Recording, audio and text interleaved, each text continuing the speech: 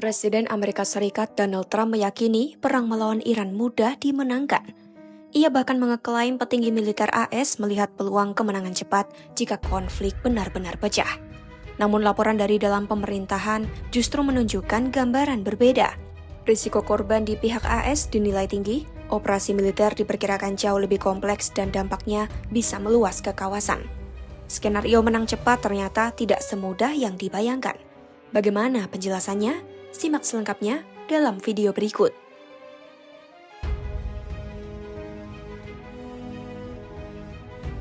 Melansir The New York Times, Trump pada Senin 23 Februari 2026 menyatakan setiap aksi militer terhadap Iran akan menjadi sesuatu yang mudah dimenangkan.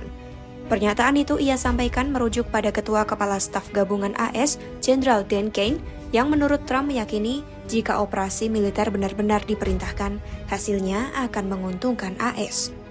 Namun laporan yang ditulis Eric Schmidt dari Washington untuk The New York Times mengungkap gambaran berbeda. Mengutip sejumlah pejabat yang mendapat pengarahan tentang pembahasan internal pemerintahan, Jenderal Kane dalam rapat-rapat tingkat tinggi di Gedung Putih justru tidak pernah mengatakan perang melawan Iran akan mudah dimenangkan. Dalam pertemuan terbaru termasuk rapat di Situation Room Gedung Putih, Kane disebut memaparkan opsi-opsi militer dari sisi operasional tanpa merekomendasikan kebijakan tertentu. Menurut sumber yang mengetahui diskusi internal tersebut, Jenderal Kane menjelaskan AS memang telah mengerahkan kekuatan militer tambahan ke Timur Tengah untuk menyiapkan kemungkinan serangan skala kecil hingga menengah. Namun ia juga memperingatkan, operasi semacam itu berisiko tinggi menimbulkan korban di pihak Amerika dan dapat berdampak negatif terhadap stok persenjataan AS. Kane bahkan menekankan operasi terhadap Iran akan jauh lebih sulit dibandingkan penangkapan Presiden Venezuela Nicolas Maduro. Pernyataan Trump muncul setelah berbagai laporan mengungkap ia sedang mempertimbangkan sejumlah opsi militer jika Iran tidak menghentikan program nuklirnya. Disebutkan Trump mengatakan kepada para penasihatnya jika diplomasi atau serangan terbatas tidak membuat Iran menyerah pada tuntutan agar meninggalkan program nuklir, maka ia akan mempertimbangkan serangan yang jauh lebih besar dalam beberapa bulan mendatang.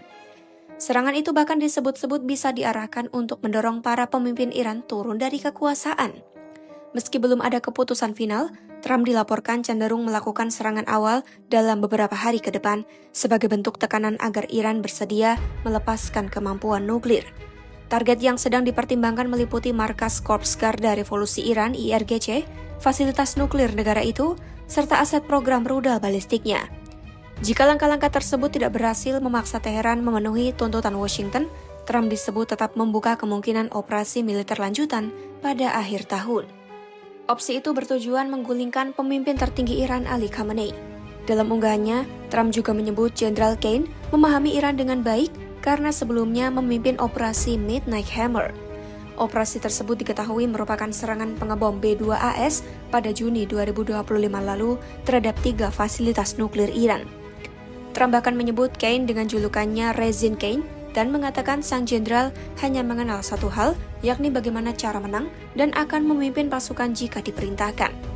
Di samping itu, negosiator AS dan Iran dijadwalkan bertemu di Jenewa pada Kamis 26 Februari 2026 mendatang untuk menghindari konflik militer. Trump menegaskan keputusan akhir tetap berada di tangannya. Ia mengatakan lebih memilih tercapainya kesepakatan, namun memperingatkan jika tidak ada kesepakatan, itu akan menjadi hari yang sangat buruk bagi Iran.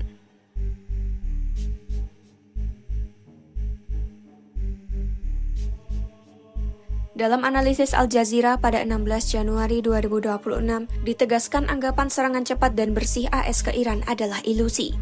Di tengah gelombang protes besar yang mengguncang Iran, muncul keyakinan rezim sedang rapuh. Dari luar, situasinya tampak seperti bangunan yang tinggal menunggu satu dorongan terakhir untuk roboh. Dalam suasana seperti itu, kekuatan udara AS dibayangkan bisa menjadi pukulan penentu. Namun kenyataannya tidak sesederhana itu. Iran bukanlah sistem yang bergantung pada satu orang atau satu pusat kekuasaan.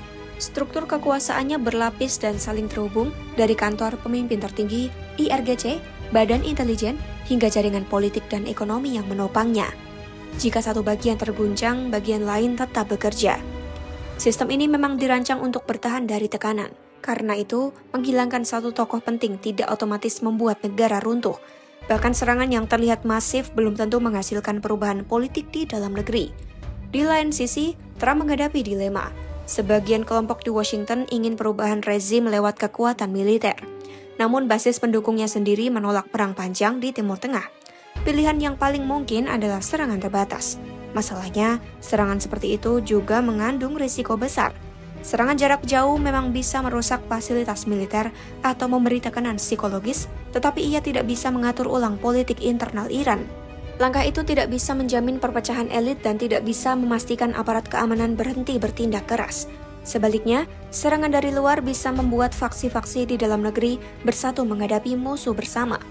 Skenario yang paling sering dibicarakan adalah serangan hukuman terbatas menggunakan rudal atau amunisi presisi terhadap target militer tertentu. Itu terlihat tegas dan bisa dibingkai sebagai pesan, bukan perang.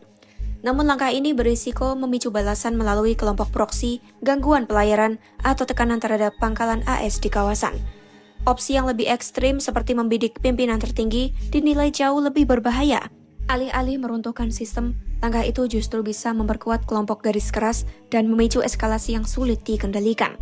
Sementara operasi udara berkemajangan hampir tidak realistis tanpa dukungan penuh negara-negara Teluk.